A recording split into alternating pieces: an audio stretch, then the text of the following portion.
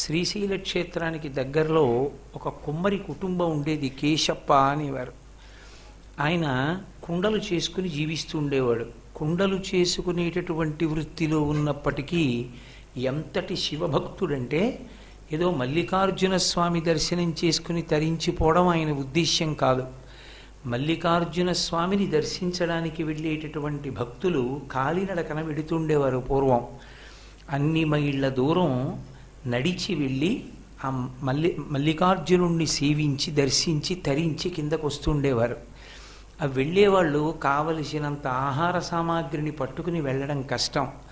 అందుకే ఆయన ఆ తేనె పట్టులో లభించినటువంటి తేనె, శ్రీశైల అరణ్యంలో లభించినటువంటి పళ్ళు, ఇంట్లో తయారు చేసినటువంటి మజ్జిగ పట్టుకెళ్ళి తాను తయారు చేసినటువంటి ముంతల్లో ఆ మజ్జిగని పోసి బాటసారులై ఆ స్వామిని దర్శించడానికి వెళ్ళేటటువంటి యాత్రికుల బృందానికి మర్యాద చేసి వారికి ఈ పదార్థాలు ఇచ్చి వాళ్ళ యొక్క మార్గాయాసాన్ని పోగొడుతుండేవాడు.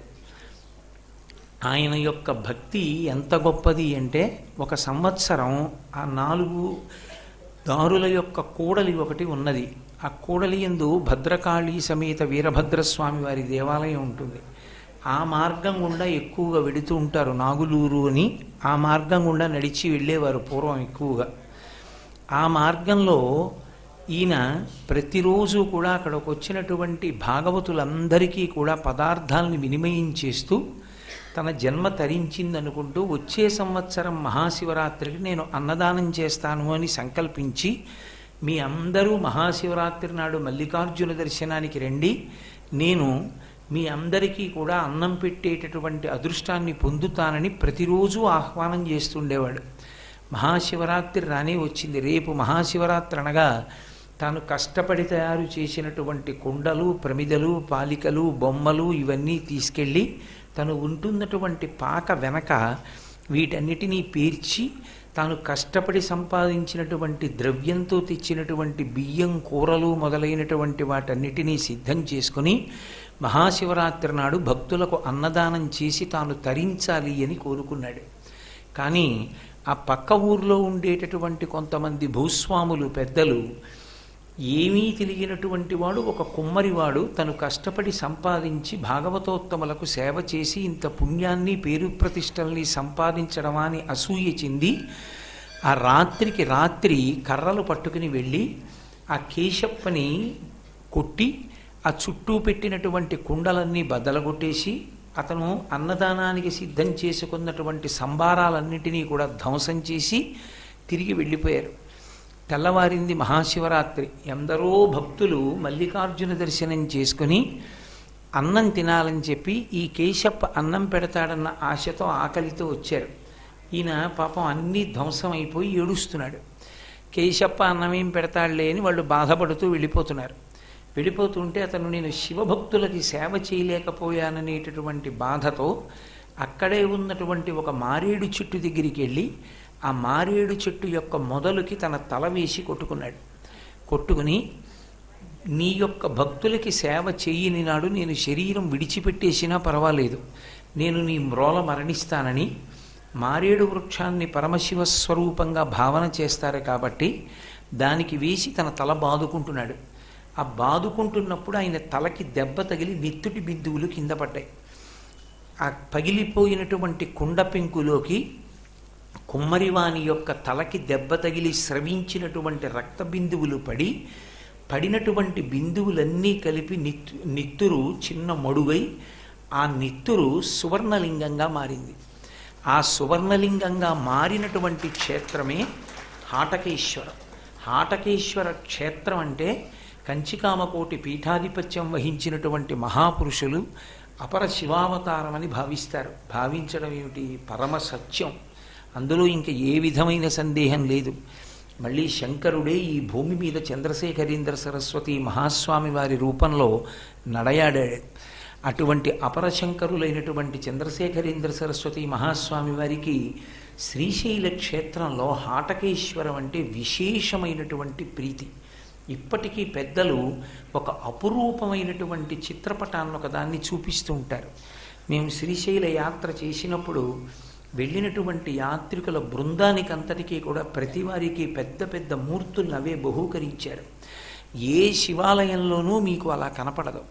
ఒక్క హాటకేశ్వరంలో ఉన్న గొప్పతనం ఏమిటంటే, హాటకేశ్వరం దేవాలయ ప్రాకారం బయటికి వచ్చేస్తే ఒక పెద్ద మారేడు చెట్టు ఉంటుంది, ఆకాశం అంత ఎత్తు ఎదిగుంటుంది.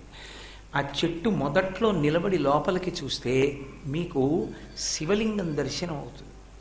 ఇన్నిటినీ దాటి తిన్నగా శివలింగం కనబడుతుంది. ఇంతమంది యాత్రకు వెళ్ళేవారు, ఎవ్వరికీ ఆ విషయం తెలియదు. మహాస్వామి వారు అక్కడికి వెళ్ళినప్పుడు ఆయన చెట్టు కింద నిలబడి శివలింగాన్ని చూస్తూ చాలాసేపు ధ్యానం చేశారు. వారు ఆ చెట్టు కింద నిలబడి శివలింగాన్ని చూస్తూ ఉండగా ఆయన చిత్రపటాన్ని తీశారు, ఆయన చిత్తరువుని. అవి ఇప్పటికీ కూడా శ్రీశైలంలో వారు హాటకేశ్వరాన్ని దర్శించిన క్షేత్రంగా అపురూపంగా భద్రపరుస్తారు. హాటకేశ్వరానికి ఇప్పటికీ ఒక ప్రసిద్ధి ఉంది అని చెప్తారు పెద్దలు. అక్కడ మీరు చూస్తే అనేకమైనటువంటి దేవతా వృక్షములు కనపడతాయి, విశేషమైనటువంటి ప్రశాంతత. అసలు హాటకేశ్వరం ధ్యానమునకు అత్యంత యోగ్యమైనటువంటి ప్రదేశం. మీరు హాటకేశ్వర లింగ దర్శనానికి లోపలికి వెళ్ళి దేవాలయం చుట్టూ తిరుగుతున్నప్పుడు మీకు మహాబిల్వం కనపడుతుంది. నాకు తెలిసినంత వరకు ఆంధ్రదేశం మొత్తానికి మహాబిల్వం ఉన్నటువంటిది రెండు ప్రదేశాల్లో ఉంది. ఒకటి వెంకటాచల క్షేత్రంలో కపిలతీర్థంలో ఇప్పటికీ చాలా పెద్ద చెట్టు మహాబిల్వం ఉంది. మహాబిల్వం ఎక్కడైనా కనపడితే పరమేశ్వర ప్రసాదంగానే భావిస్తారు. అందుకే చాలా కాలం కామకోటి పీఠంలో ఇప్పటికీ ఉంది అలవాటు. కామకోటి మఠం వారు ఇప్పటికీ చేస్తూ ఉంటారు. అది మహాబిల్వాన్ని చంద్రమౌళీశ్వర స్వామికి అభిషేకం చేసి ఆరాధన చేసి బిల్వజలంతో అభిషేకం చేస్తారు, నీళ్లలో బిల్వాలు వేసి అభిషేకం చేస్తారు. ఆ కామకోటి పీఠాధిపత్యం వహించినటువంటి వారిలోనే చంద్రశేఖరేంద్ర సరస్వతి అన్న పేరుతో చాలామంది ఉన్నారు. ఒక స్వామి ఎంత గొప్ప స్థితిని పొందారంటే, పళ్ళెంలో మారేడు దళాలు పెట్టి 3 ఆకులు ఉన్నటువంటి దళాలు 1000 పెట్టి 2 ఆకులు ఉన్న దళం ఒక్కటే పెడితే ఆయన శివలింగం వంక చూస్తూ ఇలా మారేడు దళాలు తీస్తే ఆ 2 ఆకులున్న దళం ఒక్కటే వేళ్ల మధ్యలోంచి కింద పడి పళ్ళెంలో మిగిలిపోయేది. 3 ఆకులున్న దళాలే శివలింగం మీద పడేది. కామకోటి పీఠాధిపతులు బిల్వార్చనలో అంత నిష్ణాతులు, అంత శక్తివంతం. మహాస్వామి వారి యొక్క ఆధ్వర్యంలో చంద్రమౌళీశ్వర ఆరాధనలు జరిగినటువంటి రోజుల్లో ఒక ప్రత్యేకమైన అలవాటు ఉండేది.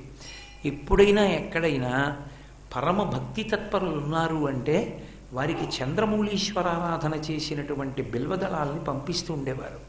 ఇప్పటికీ మేము కాకినాడ పట్టణంలో చేసేటటువంటి దేవీ నవరాత్రుల సమయంలో కామకోటి పీఠాధిపతులు ప్రత్యేకంగా ఒకరికి ఇచ్చి చంద్రమౌళీశ్వర ఆరాధన చేసినటువంటి బిల్వాన్ని బహుమానంగా పంపిస్తారు దేవాలయానికి. ఆ బిల్వాన్ని తల మీద ఉంచుకుని వాసన చూసి, చంద్రమౌళీశ్వరలింగం అంటే సామాన్యం కాదు. శృంగేరిలో ఉండేటటువంటిది భోగలింగం అయితే కామకోటిలో ఉన్నది యోగలింగం. ఆ 2 సాక్షాత్తు పరమశివుడే తన చేతులతో శంకర భగవత్పాదులకి ఇచ్చిన 5 లింగాలలో ఆ 2 ఉన్నాయి. వాటిని శంకరాచార్యుల వారు తీసుకొచ్చి దక్షిణ దేశంలో 3 లింగాలు ఉంచారు. ఆ 3 లింగాల్లోనే ఒకటి శృంగేరి పీఠంలో ఉంది, దాన్ని భోగలింగం అంటారు. కామకోటిలో ఉన్నదాన్ని యోగలింగం అంటారు. 3వ లింగాన్ని చిదంబరంలో ఉంచారు, దాన్ని మోక్షలింగం అంటారు. మిగిలిన 2 ఉత్తర భారతదేశంలో ఉంచారు. అటువంటి శివలింగానికి ఆరాధన చెయ్యడంలో 2 పీఠాలు బహుజాగ్రత్త చూపిస్తాయి. ఆఖరికి 0 డిగ్రీలు వాతావరణం కిందకి దిగిపోయినా సరే పీఠాధిపతులు మాత్రం చంద్రమౌళీశ్వర ఆరాధన చేసి తీరుతారు. అంత నియమం 2 పీఠాలకి. అంత గొప్ప స్థితిని పొందినటువంటిది ఆ బిల్వం. అందున మీరు ఆ మహాబిల్వాన్ని చూసినట్లయితే దానికి సాధారణంగా బిల్వదళానికి 3 ఆకులే ఉంటాయి. ఇదేమి చమత్కారం, ఇవాళ నేను వస్తూనే మారేడు దళాలే నాకు అనుగ్రహించారు. మారేడు దళానికి 3 ఆకులు ఉంటాయి. మహాబిల్వానికి ఒకే ఈయనకి 3 దళాలు ఉంటాయి. 9 ఆకులతో 3 దళాలతో ఉంటుంది. మీకు బాగా కనపడే పెద్ద పెద్ద చెట్లు, ఒకటి వెంకటాచలంలో కపిలతీర్థంలో ఉంది, వేరొకటి అరుణాచలానికి గిరి ప్రదక్షిణం చేసేటప్పుడు మనం యువతల వైపు నుంచి అరుణాచలం దేవాలయాన్ని చూస్తాం. వెనక వైపుకి వెళ్ళినప్పుడు వేరొక పెద్ద దేవాలయం, శివాలయం ఉంది, అందులో ఉంది మళ్ళీ మహాబిల్వం. యథార్థానికి ఆంధ్రదేశంలో శ్రీకాళహస్తికి మహాబిల్వం స్థలవృక్షము అని నిర్ణయం చేశారు మహాస్వామి. కానీ ఎందుచేతనో కానీ ఎంత రక్షించినా అక్కడ మహాబిల్వం పెద్ద వృక్షస్వరూపాన్ని పొందలేదు. మహాబిల్వం ఉన్నది అంటే పరమశివుడు ఉన్నాడని భావన చేస్తారు. దాని నీడలోకి వెళ్ళడమే చాలు. మీరు హాటకేశ్వర క్షేత్రానికి వెళ్ళి చూస్తే అద్భుతమైనటువంటి మహాబిల్వం, కొబ్బరి చెట్లు, మామిడి చెట్లు. ఇప్పటికీ పెద్దలు ఏం చెప్తారంటే అవి చెట్లు కావు, అవి దేవతలని చెప్తారు. అవి కూడా సంతాన సాఫల్యతను ఇవ్వగలిగినటువంటి దేవతలు అని చెప్తారు. ఇప్పుడు ఆ అలవాటు కొంతవరకు లుప్తమైంది. కానీ మీరు శ్రీశైలంలో పెద్దలను అడగండి, చెప్తారు ఇప్పటికీ. శ్రీశైలంలో నిస్సంతువులైనటువంటి వాళ్ళు శ్రీశైల క్షేత్రానికి వెళ్ళి హాటకేశ్వరంలోకి ప్రవేశించి ఆ దేవాలయంలో దంపతులిద్దరూ మౌనంగా ప్రదక్షిణం చేస్తుంటే వాళ్ళకి సంతానం కలగకుండా ఏ పాపము ప్రతిబంధకముగా వచ్చి నిలబడిందో ఆ పాపము ప్రదక్షిణంలో పోతుండేది. ప్రదక్షిణాలు చేస్తుండగా పోగానే ఏదో ఒక చెట్టు మించి పైనుంచి కాయ కింద పడేది. అంటే దేవతలు అనుగ్రహించారని గుర్తు. ఆ కాయి పురుషుడు స్త్రీ పంచుకు తిని ఇంటికి వెళ్ళేవారు. పండంటి బిడ్డ పుడుతుండేవాడు. ఇప్పటికీ చాలామంది పెద్దలు అదే చెప్తారు. నిస్సంతువులైనటువంటి వాళ్ళు, సంతానం లేని వాళ్ళు హాటకేశ్వరంలో ఉన్నటువంటి శివలింగానికి ప్రదక్షిణాలు చేస్తే అక్కడ ఉన్నటువంటి దేవతా వృక్షములన్నీ కూడా సంతాన వృక్షములు అని పిలుస్తారు. నేను ఏదో నా నోటికొచ్చింది చెప్తున్నానని మీరు అనుకుంటున్నారేమో. నేను వ్యాసప్రోక్తమైన స్కాంద పురాణంలోంచి చెప్తున్నాను ఈ విషయాలు. శ్రీశైల క్షేత్రం యొక్క వైభవం సామాన్యమైంది కాదు. అంత అద్భుతమైన క్షేత్రం. ఎంత గొప్ప క్షేత్రం అంటే శ్రీశైలం. శంకరాచార్యుల వారికి వారి వాంగ్మయంలో వారికి ఒక అలవాటు ఉంది. వారు క్షేత్ర ప్రసక్తి చెయ్యరు. వారు ఎక్కడా కూడా క్షేత్రం పేరు చెప్పడం అన్నది ఉండదు. ఒకవేళ క్షేత్రం గురించి చెప్పవలసి వస్తే వారు క్షేత్రాల గురించే వేరే శ్లోకాలు చేస్తారు. ద్వాదశ జ్యోతిర్లింగ స్తోత్రము అని చేస్తే సౌరాష్ట్రే సోమనాథంచ శ్రీశైలే మల్లికార్జునం అని అప్పుడు క్షేత్రాలు చెప్తారు తప్ప ఇతరమైనటువంటి భక్తి సంబంధము, తత్వ సంబంధమైన వాంగ్మయాన్ని ఇచ్చేటప్పుడు మధ్యలో క్షేత్ర ప్రసక్తి చేయరు శంకరాచార్యుల వారు. అటువంటి శంకరాచార్యుల వారు తాను శివానందలహరి రచించేటప్పుడు సంధ్యలోకి చేరారు. సంధ్య అన్న మాటకు అర్థం ఏంటంటే పుస్తకం 100 శ్లోకాలతో ఉంది శివానందలహరి. అది శతకం కాదు. శతకం అయితే 2 ఒడ్లు ఉంటాయి. ప్రారంభము 1వ శ్లోకంలోకి వెళ్లే ముందు ఒక ఒడ్డు అయితే 100వ శ్లోకం తర్వాత ఒక ఒడ్డు. ఒక ఒడ్డు దగ్గర దిగి వేరొక ఒడ్డు ఎక్కుతారు. శివానందలహరిలో ఒడ్డు దిగినవాడు ఒడ్డు ఎక్కడు, కొట్టుకుపోతాడు. అందుకని దాని పేరు లహరి. ఆనందలహరి అంటే శివానందలహరి అంటే శివానందమునందు మైమరచి వెళ్ళిపోతాడంతే. అంటే తాను శివుడు అవుతాడు. అటువంటి తత్వాన్ని ఇవ్వగలిగిన గ్రంథం కాబట్టి దానికి శంకర భగవత్పాదులు శివానందలహరి అని పేరుంచారు. శివానందలహరి శ్లోకాలలో ఎక్కడా శంకరాచార్యుల వారు క్షేత్ర ప్రసక్తి తీసుకురాలేదు. ఏ క్షేత్రం గురించి మాట్లాడాల. ఖచ్చితంగా సగంలోకి వచ్చేటప్పటికి మాత్రం 100 శ్లోకాలలోనూ సగంలోకి వస్తే సంధ్య అంటారు. సంధ్య అంటే రెండిటికి నడిమి. ఆ సంధ్య ఎప్పుడూ శివస్వరూపం. సంధ్యాకాలం ఎప్పుడైనా కూడా శివస్వరూపం. అందుకే మీరు చూడండి, పూర్వ సంధ్య అంటాం. అంటే చీకటిపోయి వెలుతురు రావడానికి మధ్యలో ఉన్న కాలం. ఉత్తర సంధ్య అంటే వెలుతురు పోయి చీకటి వచ్చేటటువంటి కాలం. మాధ్యాహ్నిక సంధ్య బాగా ప్రకాశించేటటువంటి సూర్యుడు తన ప్రకాశాన్ని ఉపసంహారం చేయడానికి పడమటి దిక్కుకి ఒరిగిపోతున్నటువంటి సంధ్య. ఇలా సంధ్య అంటే రెండిటికి నడిమి కాలం. శంకరాచార్యుల వారు శివానందలహరిలో సంధ్యలోకి ప్రవేశించారు. అంటే శ్లోకాలని రచన చేసేటప్పుడు మధ్యలోకి వచ్చారు. మధ్యలోకి వచ్చినటువంటి శంకరాచార్యుల వారు ఆ శ్లోకం దగ్గరికి వచ్చేటప్పటికి శ్రీశైల ప్రసక్తి తీసుకొచ్చారు. శంకర భగవత్పాదులంతటి వారు శివానందలహరి మధ్య శ్లోకంలో శ్రీశైలం చెప్పారు అంటే మీరు ఆ క్షేత్ర వైభవం ఏమిటో అర్థం చేసుకోవచ్చు. అసలు ఆ క్షేత్రంలో ఉండేటటువంటి వృక్షములన్నీ కూడా దేవతా వృక్షములు. శ్రీశైల ప్రభ అని ఒక పుస్తకం వస్తుంటుంది. ఇప్పటికీ వారి అధికారంలో ఉన్నారు. మీరు కావాలంటే ఎప్పుడైనా వారిని సంప్రదించవచ్చు. వారు హైదరాబాద్ వస్తూ ఉంటారు. మీకు అవకాశం ఉంటే నేను చెప్పిన విషయాలు ఎంత సత్యాలో, నేను అబద్ధాలు చెప్పలేదనిపించడానికి మీకు నేను ఒకరోజు పిలిపిస్తాను. ఆయన్ని పిలిపించి సభలో మాట్లాడిస్తాను. నేను చెప్పినవి యథార్థాలో కావు. శ్రీశైలంలో కొన్ని చెట్లు ఆకాశంలో ఎగిరి వెళ్ళిపోతాయి. ఇప్పటికీ మహావృక్షాలు కూకటి వేళ్లతో లేచి గాలిలో వెళ్ళిపోయి వేరొక చోట దిగుతాయి. ఒక్క శ్రీశైలంలోనే దిగుతాయి. మల్లెల తీర్థం అని ఒక తీర్థం. ఆ తీర్థ స్నానం అద్భుతమని చెప్తారు పెద్దలు. ఆ తీర్థానికి ఆవలివేపు ఉన్న చెట్లన్నీ దేవతా వృక్షాలే. సామాన్యంగా అందులోకి ఎవరు ప్రవేశించడం సాధ్యం కాదు. అంత తేలిక కాదు, అంత సాహసం కూడా చెయ్యరు. అక్కడ చెట్లు లేచి ఆకాశంలో ఎగిరి వెళ్ళిపోతుండగా ఆ సంపాదకత్వం వహిస్తున్నటువంటి చక్రవర్తి గారు స్వయంగా చూడడం జరిగింది. చూసి ఆయన తెల్లబోయి నోరు వెళ్ళబెట్టి ఉండిపోయారు. చెట్లు లేచి వెళుతూ ఉంటాయి. అంత గొప్ప క్షేత్రం శ్రీశైల క్షేత్రం. అందుకే శంకరాచార్యుల వారు సంధ్య దగ్గరికి వచ్చేటప్పటికీ సంధ్యారంభ విజృంభితం శృతిశిరస్థానాంతరాధిష్ఠితం సప్రేమ భ్రమరాభిరామమసకృత్సద్వాసనాశోభితం భోగీంద్రాభరణం సమస్త సుమన పూజ్యం గుణావిష్కృతం సేవే శ్రీగిరివల్లికార్జున మహాలింగం శివాలింగితం అంటూ సేవే శ్రీగిరి మల్లికార్జున మహాలింగం అని పరమస్పష్టంగా మహాలింగం అన్న మాట వాడారు. ఒక్క శ్రీశైలంలో ఉన్న లింగానికి మహాలింగము అని ఎప్పుడు పిలుస్తారంటే శైవాగమం సిద్ధించాలి.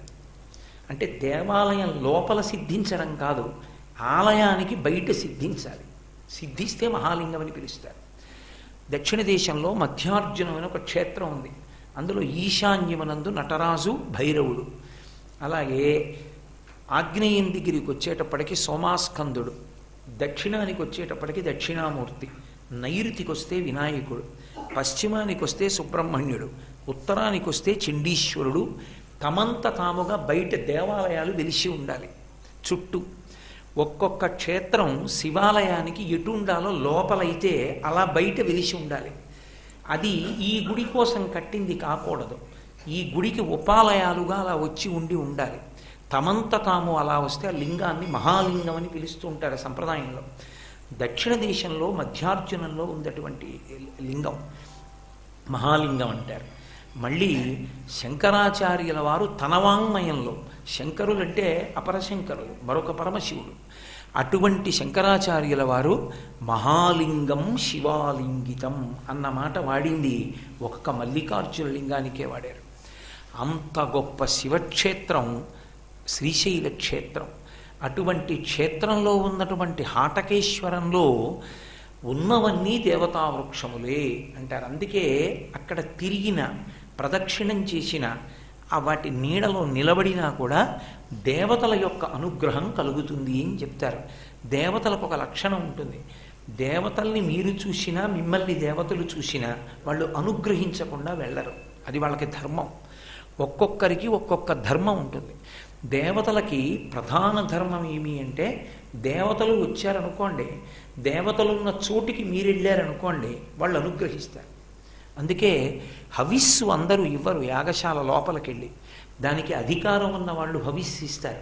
యాగశాలకి ప్రదక్షిణం అందరూ చేస్తారు. యాగశాలలోకి దేవతలు పిలిచినా ఎందుకు రారో చెప్పింది వేదం. కోడిగుడ్డు తిన్నవాళ్ళు ఎవరైనా యాగశాల చుట్టూ ఉంటే రారు. కోడిగుడ్డు అంత నిషిద్ధం. అందుకే యాగశాలలో యాగ ప్రారంభమునందు ప్రత్యేకంగా పన్నం చెప్తారు. కోడిగుడ్డు తిన్నవాళ్ళు ఎవరైనా ఈ చుట్టుపక్కల ఉంటే ఆ పాపము నశించి దేవతలు వచ్చుగాక. కాబట్టి దేవతలందరూ వచ్చి కూర్చుంటారు యాగశాలలో. యాగశాలలో దేవతలు కూర్చుంటారు కాబట్టి ప్రదక్షిణం చేస్తే గౌరవావిష్కారం. ప్రదక్షిణం అన్న మాటకు అర్థం ఏమిటంటే వాళ్ళ చుట్టూ మనం తిరిగినప్పుడు మన కుడి చేతి వైపుకు వాళ్ళు ఉండాలి. చుట్టూ తిరిగిన దాన్ని ప్రదక్షిణం అంటారు. కుడి చేతి వైపుకి కాకుండా వస్తే అది అప్రదక్షిణం, అప్పుడు గౌరవానికి భంగం చేసినట్టు అవుతుంది. ఇది ఒక్క శైవాగమానికి మాత్రం మినహాయింపు. ఒక శివలింగమే దేవాలయంలో ఉంటే బ్రహ్మచారి సన్యాసి తప్ప గృహస్థు పూర్ణ ప్రదక్షిణం చేయకూడదు. సవ్యాపసవ్య ప్రదక్షిణం చేయమని శైవాగమం చెప్తోంది. ఒకటి కన్నా ఎక్కువ శివలింగాలు ఉంటేనే గృహస్థుకి అధికారం పూర్ణ ప్రదక్షిణం చేయడానికి, లేకపోతే ఒక్క బ్రహ్మచారికి సన్యాసికి అధికారం అని శైవాగమం స్పష్టంగా చెప్పింది ఆ విషయాన్ని. కాబట్టి మనం హాటకేశ్వరంలోకి వెళ్ళినప్పుడు దేవతల యొక్క స్పర్శని పొందుతాం. ఆ చెట్ల నీడలో నిలబడడం అంటే దేవతల సాన్నిధ్యమునందు నిలబడడం. వారి నీడ మీద పడిన తరువాత వారు అనుగ్రహించకుండా ఎందుకుంటారు? ఏది పరమ ధార్మికమైన కోరికయో దాన్ని తీరుతారు. అన్నిటిలోకి గృహస్థాశ్రమ ప్రవేశం ఎందుకు చేస్తాం? ధర్మ ప్రజాపత్యర్థం, ధార్మికమైనటువంటి సంతానం కోసం. ఆ సంతానం పొందకుండా అడ్డుపడుతున్న పాపాన్ని తొలగించి అనుగ్రహించేది ఎక్కడ అంటే శ్రీశైలంలో హాటకేశ్వర క్షేత్రం అనుగ్రహిస్తుంది అని. కారణం ఏమంటే దేవతలే నించుంటారు. దానికి కారణం పర్వతుని యొక్క తపస్సు. సర్వదేవ సమన్విత అని కదా అడిగాడు. అందరూ దేవతలు రావాలని అడిగాడు. పరమశివుడు ఒక కుమ్మరివాణ్ణి అనుగ్రహించినటువంటి రీతికి అబ్బురపడి సంతాన దేవతలు వచ్చి అక్కడ నిలబడ్డారు అని చెప్తారు. అందుకే హాటకేశ్వర క్షేత్రానికి అంత ప్రశస్తి. మీరు మహాభారతం పరిశీలిస్తే కుంతీదేవి బాలసూర్యుడి వంక చూసి అబ్బాయి ఎంత బాగున్నాడో, ఇలాంటి పిల్లాడు నాకుంటే అనుకుంది. వచ్చాడు సూర్యుడు.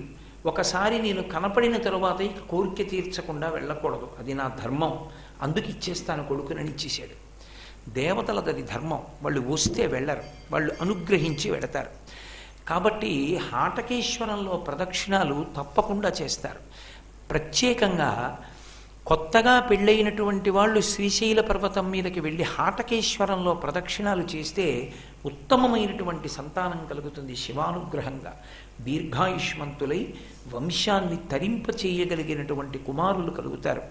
అంత గొప్ప క్షేత్రం, అంత గొప్ప దేవాలయం హాటకేశ్వర దేవాలయం. అసలు హాటకేశ్వరాన్ని విడిచిపెట్టి శ్రీశైలంలో దర్శనం చేసుకు వచ్చేస్తే నా దృష్టిలో అయితే వాడు ఏదో ఒక అపురూపమైనటువంటి ఒక విషయాన్ని పోగొట్టుకున్నవాడు. జీవితంలో హాటకేశ్వర ప్రవేశం చేసి తీరాలి. పరమశివుడు భక్తి కలిగినటువంటి వాడు ఎటువంటి వాడైనా సరే ఆయన ఎవరన్న వాడితో ఆయనకి సంబంధం ఉండదు. భక్తి ఒక్కటి ఉంటే ఆయన అనుగ్రహించి తీరుతాడు. అది శివతత్వంలో ఉండేటటువంటి రహస్యం. శివానుగ్రహం కలగడానికి పాత్రత ఏమి అంటే నిశ్చల భక్తి. ఆ భక్తి ఉంటే పరమశివుడు అనుగ్రహించేస్తాడు. అందుకు కదా ధూర్జట్ అంటాడు, ఏ వేదంబు పఠించే లూత భుజగం వేశాస్త్రములు సూచే తానే విద్యాభ్యాసమునర్చె కరి చించే మంత్రమూహించే బోధావిర్భావ నిదానముల్ చదువులయ్యా కాదు మీ పాద సంసేవాసక్తియే కాక జంతు తతికిన్ శ్రీకాళహస్తీశ్వర అంటాడు. ఒక ఏనుగు, ఒక సాలెపురుగు, ఒక పాము ఏమి చదువుకున్నాయని అనుగ్రహించాడు? అవి భక్తి తత్పరతతో ఉంటాయి కాబట్టి అనుగ్రహించాడు. నిజంగా కాళహస్తీశ్వర శతకం అలా పక్కన పెట్టండి. నిజంగా ధూర్జటి రచించినటువంటి శ్రీకాళహస్తి మహాత్యం చదువుతుంటే ఏవి ధూర్జటిరా అనిపిస్తుంది. నిజంగా ఏనుగును అనుగ్రహించాడంటే అదేం మామూలు విషయం కాదు. మామూలుగా శివలింగం అనుగ్రహించినటువంటివి చాలా ఉన్నాయి, కానీ 3 ప్రాణుల్ని అనుగ్రహించినప్పుడు 3 ప్రాణులు కనపడేటట్టుగా తనలో పెట్టుకున్నాడు.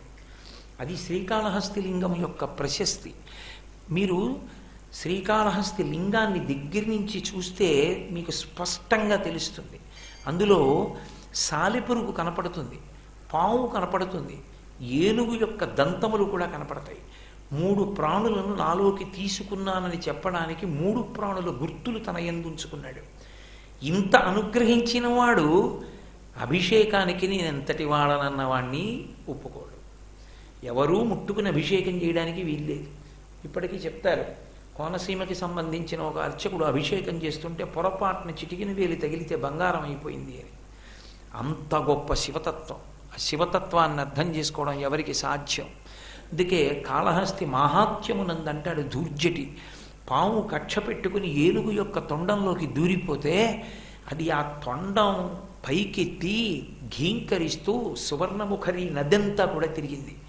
తిరిగి బండలకేసి కొట్టుకుని ఆ పాము బయటికి రాక లోపల కాట్లు వేస్తుంటే విషం ఎక్కి ఇక నేను ఎలాగో చనిపోతానని దాని చిట్ట చివరి కోరిక ఏమిటంటే ఇక నేను ఎలాగో చచ్చిపోతాను బతకను, కానీ ఆ శివలింగాన్ని చూస్తూ చచ్చిపోవాలని వచ్చి శివుని ముందు తొండం ఎత్తి ఘీంకరించి దాని ఆఖరి బాధ ఏమిటంటే శివాని ఇక నీకు అభిషేకం చెయ్యలేను, అయిపోతోంది, నా ప్రాణములు వెళ్ళిపోతున్నాయి, నేను పడిపోతున్నానంటూ పడిపోయింది. అది కొట్టుకున్నందుకు పాము చచ్చిపోయింది, ఏనుగు చచ్చిపోయింది. చచ్చిపోయే ముందు కక్షలతో చచ్చిపోయినా వాటి బాధంతా ఏమిటంటే ఇక శివార్చన చెయ్యలేము. శివార్చన చెయ్యలేమని ఏడుస్తూ చచ్చిపోయినందుకు అవి ఏవన్న విషయం ఆయన చూడలేదు. నేను పుచ్చుకున్నానని రేపు నమ్మరేమోనని అవి కనపడేటట్టుగా శివలింగంలోకి తీసుకున్నాడు. అది శివతత్వం అంటే. కాబట్టి మహానుభావుడు మల్లికార్జున లింగంగా శ్రీశైల క్షేత్రంలో ఒక కుమ్మరివాణ్ణి అనుగ్రహించాడు. ఆ కేశప్పని అనుగ్రహించినటువంటి కారణం చేత కుండ పెంకులో వచ్చినటువంటి బంగారు లింగము. ఇప్పటికీ పెద్దలు ఒక మాట చెప్తారు, శ్రీశైలంలో ఏవి ఎవరికి ఎలా కనపడతాయో అలా సిద్ధులకు కనపడవు అని చెప్తారు. నేను వెడితే శివలింగం ఒకలా కనపడుతుంది, ఒక సిద్ధ పురుషుడు వెళ్ళాడనుకోండి ఒకలా కనపడుతుంది. పరమభక్తి తత్పరులకు ఇప్పటికీ సువర్ణలింగంగానే కనపడుతుంది హాటకేశ్వరంలో అని చెప్తారు. అది లేని వాళ్ళకి మామూలు లింగంలా కనపడుతుంది. నేను నిన్న మీతో మనవి చేశా, ఇప్పటికీ కల్పవృక్షములు, కామధేనువులు, చింతామణులు శ్రీశైలం యొక్క ద్వారం మీద కనపడతాయి సిద్ధులకు అని ప్రశస్తి. అంత గొప్ప క్షేత్రం. అటువంటి హాటకేశ్వరం దాటి కొంచెం ముందుకు వెడితే పాలధార, పంచధార అని 2 ధారలు పడుతూ ఉంటాయి. వాటిని నిజానికి వాటికి ఉన్నటువంటి వైభవోపేతమైనటువంటి నామం ఇవాళ ప్రకాశవంతంగా ఉండకుండా పోవడం దురదృష్టకరం. దానికి ఒక్కదానికే ఒక పేరుంది, మహాతీర్థము అని పేరు. నిన్న నేను మీతో మనవి చేశా, అసలు యాత్రకి ఎందుకు వెడతాము అంటే తీర్థస్నానం చేయడానికి వెడతాం. తీర్థస్నానం చేస్తే ఏమొస్తుంది అంటే యజ్ఞము చేసిన ఫలితం వస్తుంది. యజ్ఞం చేస్తే ఏమొస్తుంది? అవబృధ స్నానం చేయిస్తారు. అవబృధ స్నానం అని కూర్చోబెట్టి ఆ దంపతులకి అభిషేకం చేస్తారు. అలా అభిషేకం చేయబడితే ఇక వాళ్ళ తల మీద చేయి కూడా పెట్టకూడదు, కించిత్ అవమానించకూడదు, భ్రష్టులైపోతారు వాళ్ళ జోలికెడితే. అలా రాజసూయాగం అయిపోయిన తర్వాత ఆ అభిషేకాన్ని పొందినటువంటి ద్రౌపదీదేవి యొక్క కురులు దుశ్శాసనుడు పట్టుకున్నందుకే ఆ వంశమంతా సర్వనాశనం అయిపోయింది. ఆ అవబృధ స్నానం అంత గొప్పది. అది ఎప్పుడు చెయ్యాలి? యజ్ఞంలో విశేషమైన సువర్ణదానం చేయమనుంది వేదంలో. పితృదేవతలు సంతోషించాలంటే వెండి దానం చెయ్యాలి, పరమేశ్వరుడు సంతోషించాలంటే సువర్ణదానం చెయ్యాలి. ఋత్విక్కులు పరమ సంతోషాన్ని పొందేటంతటి భూరి సంభావనలు ఇచ్చి తాను యజ్ఞ దీక్షితుడై, దీక్ష అన్న మాట కేవలము యజ్ఞమునకు మాత్రమే చెల్లుతుంది. యజ్ఞ దీక్షా స్వీకారం చేసినటువంటి వాడు ఇంటికి వెళ్ళకూడదు అవబృధం అయిపోయే వరకు. అక్కడే శాల వేసుకుని అందులోనే పడుకుంటారు. మీరు కావ్యాలు పరిశీలించండి. సగర చక్రవర్తి తన గుర్రాన్ని ఎత్తుకుపోతే నేను వెడతానంటాడు. నువ్వు వెళ్ళకూడదు, దీక్షలో ఉండగా అలా వెడితే వంశం నశిస్తుంది, చేయించినందుకు మేం పాడైపోతాం, అందుకని నువ్వు వెళ్ళకూడదన్నారు. అంటే అప్పుడు పిలిచి సగరులు కనపడలేదని అంశుమంతుణ్ణి పంపించాడు, అసమంజసుని యొక్క కుమారుడు మనవండి పంపించాడు. దీక్ష అంటే అక్కడే పర్ణశాల వేసుకుని ఉంటారు దంపతులు, ఎవరు యజ్ఞం చేస్తున్నారో వాళ్ళు. యజ్ఞం అంతా అయిపోయాక అవబృధ స్నానం చేయిస్తారు. అవబృధ స్నానం అయిపోయాక మేళతాళాలతో ఇంటికి వెళ్తారు. అవబృధ స్నానం చేసి ఇంటికి వెళ్ళాడు అంటే పరమతేజోవంతుడవుతాడు, అంతటి తేజస్సు ఆవహిస్తుంది. ఆయన అంతటి అనుగ్రహాన్ని పొందుతాడు, పాపరాశి భస్మమైపోతుంది. అంత యజ్ఞం నిజంగా మనం ఇవాళ చెయ్యగలమా? శాస్త్రంలో చెప్పినట్టు ఎక్కడ యజ్ఞంలో యజ్ఞ దీక్ష తీసుకుని నిజంగా యజ్ఞశాలల పక్కన ఉంటున్నారు? యజ్ఞం చేసేటప్పుడు మీకు ఎంత పెద్ద భవంతైనా ఉండొచ్చు, అక్కడ కాదు. నిజానికి యజ్ఞం ఎక్కడ చెయ్యాలంటే నదీ తీరంలో చెయ్యాలి. చేతకాక మహారాజులందరూ నదీ తీరాలకు వెళ్ళారా? ఏమి దశరథ మహారాజు గారికి కోట సరిపోకనా సరయూ నదీ తీరాన చేశాడు? పరీక్షణ్ మహారాజు గారికి కోట సరిపోకనా గంగా తీరాన చేశాడు. నదీ తీరాన పందిళ్ళు వేసి యజ్ఞశాలలు కట్టి అన్నదాన సత్రవులు కట్టి అక్కడ చేస్తారు యజ్ఞాలు. నదీ తీరం ప్రశస్తం, వ్రతానికి కానీ యజ్ఞానికి కానీ ఇటువంటి వాటికి అన్నిటికీ నదీ తీరమే. కాబట్టి అంతలా మనం యజ్ఞం చెయ్యలేము. కానీ కలియుగంలో యజ్ఞం చేసినటువంటి ఫలితాన్ని పొంది పరమశాస్త్రీయంగా యజ్ఞం చేసి అవబృధ స్నానం చేసి బయటికి వచ్చాడు అన్న మాట ఎక్కడ అన్వయం అవుతుంది అంటే మీకు ఒక్క తీర్థస్నానమునందే అన్వయం అవుతుంది. తీర్థస్నానంలో కూడా పైనుంచి పడుతున్నప్పుడు మీరు ఎంత అమాయకత్వంతో చేసినా ఫలితం వస్తుంది. కింద నిలబడితే శాస్త్రాన్ని పాటించకపోతే ఫలితం రాదు. నేనన్న మాట మీరు పట్టుకున్నారో లేదో, నేను ఒక నదీ తీరంలో స్నానం చెయ్యాలి అని నది ఒడ్డుకు వెళ్ళాను అనుకోండి, నేను నదిలో స్నానం చేస్తే నాకు నదీ స్నాన ఫలితం వచ్చింది అనుకుంటున్నారేమో, రాదు. 2 కారణముల చేత రాదు. ఒకటి, సంకల్ప సహిత స్నానం చెయ్యాలి. ఆ రోజు ఉన్నటువంటి తిథిని దేశకాల సంకీర్తనలో చెప్పి స్నానం చెయ్యాలి. 2, అక్కడ ఉండేటటువంటి కృత్యకి మన్ను ఇవ్వకుండా స్నానం చేస్తే అది పుణ్యాన్ని హరించేస్తుంది.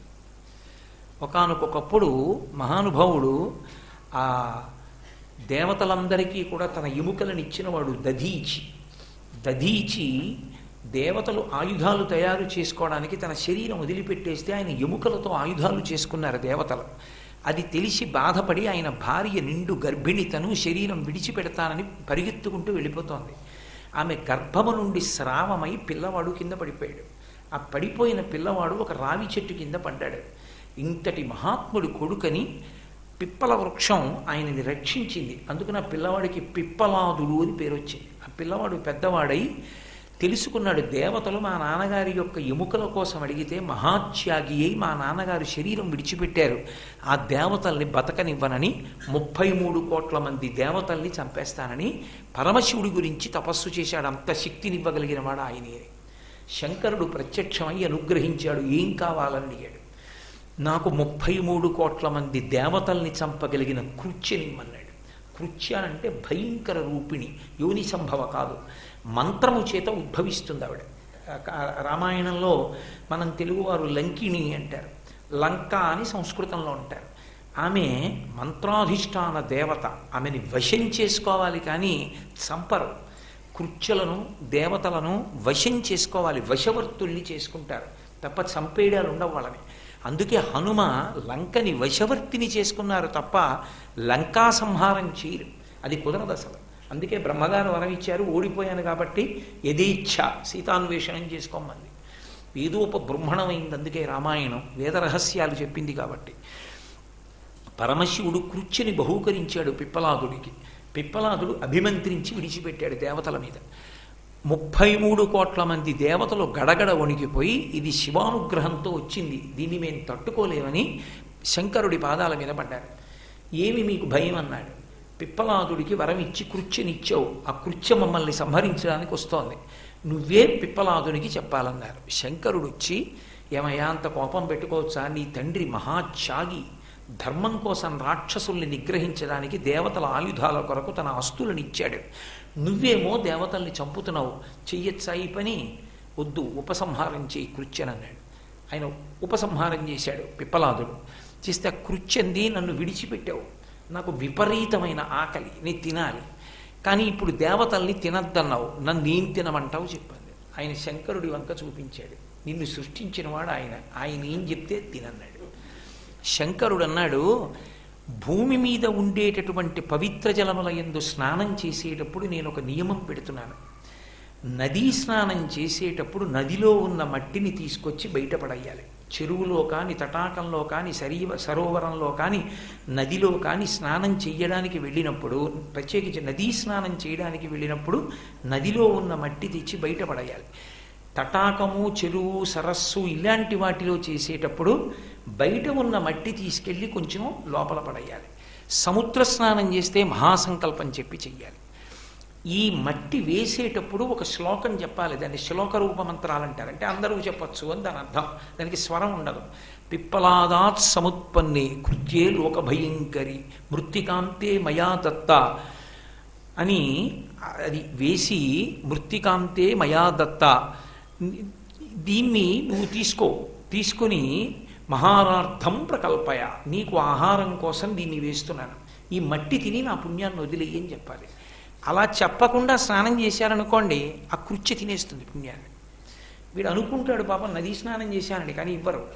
శివానుగ్రహం చేత కృత్య తీర్చు, వీడు మళ్ళీ వెనక్కి వస్తాడంతే. కాకపోతే గంగాది నదుల విషయంలో ఏమిటంటే కొంత కారుణ్యం ఉంటుంది. అయ్యో పాపం తెలియదు, పాపం అని ఏమైనా ఇస్తూ ఉంటారు అమాయకత్వానికి భక్తికి. కాబట్టి బెంగ పెట్టుకోకండి, అయ్యో మేము చేసిందంతా పోయిందా అని. శివానుగ్రహం కలిగితే ఏదైనా నిలబడుతుంది. కాబట్టి కానీ ఉత్తరోత్తర విషయాన్ని తెలుసుకున్నప్పుడు ఆ జాగ్రత్త పాటించడం మంచిది స్నానానికి వెళ్ళినప్పుడు. కాబట్టి సంకల్పంతో చెయ్యాలి, ఈ శ్లోకం చెప్పి చెయ్యాలి. ఇలా చేయకపోతే ఆ స్నానానికి ఫలితం ఉండదు. పైనుంచి ధార కింద పడుతున్నప్పుడు ఇది అన్వయం అవ్వదు. పాలధారలు పంచధారలు క్షీరధార అంటారు, దాన్ని మహాతీర్థమని పిలుస్తారు. మహాశబ్దం వేస్తే అర్థం ఏంటంటే ఇది నువ్వు పోగొట్టుకుంటే నీ జీవితంలో పోగొట్టుకున్నట్టే, ఇక నీకు ఆ అవకాశం వస్తుందని నమ్మకం లేదు. అంతటి అద్భుతాన్ని నీకు ఇచ్చాం, అనుభవిస్తే అనుభవించు, లేకపోతే లేదని. ఎందుచేత అంటే క్షీరధార, క్షీరిణీధార, పాలధార అని అనేక పేర్లతో పిలుస్తూ ఉంటారు. అది పాలు ఎలా ఉంటాయో అలాగే వస్తాయి. ఒకే కొండ శిఖరం మించి ఇటు పంచధారలు పడతాయి, ఇటు పాలధారలు పడతాయి. ఇవి తెల్లటి ధార పడుతూ ఉంటుంది, అవి 5 ధారలు కలిసి పడతాయి. ఆ 5 ధారలు కలిసి బ్రహ్మధార, విష్ణుధార, రుద్రధార, చంద్రధార, దేవధార అని ఆ 5 సృష్టి స్థితి లయములు చేసేటటువంటి వాడు. చంద్రుడు కాలమునకు ప్రతీక. మోక్షము అన్న మాటకు అర్థం ఏమిటంటే కాలాతీతుడు అవడానికి మోక్షం అంటారు. కాలమునకు వశమైన వాడు మృత్యువును పొందాడు అంటారు. చిట్ట చివరిసారి వశపడి ఇక వశపడకుండా ఉండడానికి మోక్షం వచ్చింది అంటారు. శరీరాన్ని ఒకసారి పొందిన తరువాత మోక్షం వచ్చినా ఇది పడిపోయి తీరాలి, విదేహముక్తి అంటారు. ఇది పడిపోవాలి. అందుకని ఇదే ఆఖరి చావు, ఇక చావడం. ఈ ఆఖరి ఇంకా చావడంటే ఇక పుట్టడం. పుట్టకుండా చావకుండా ఉండడం అంటే అది శివుని యొక్క కిరీటం మీద తదియనాటి చంద్రరేఖ. ఇది 3 పెట్టుకుంటారు, శివుడు, అమ్మవారు, విఘ్నేశ్వరుడు, 3కి ఉంటుంది చంద్రరేఖ. యథార్థమునకు సరస్వతీదేవికి కూడా ఉంటుంది.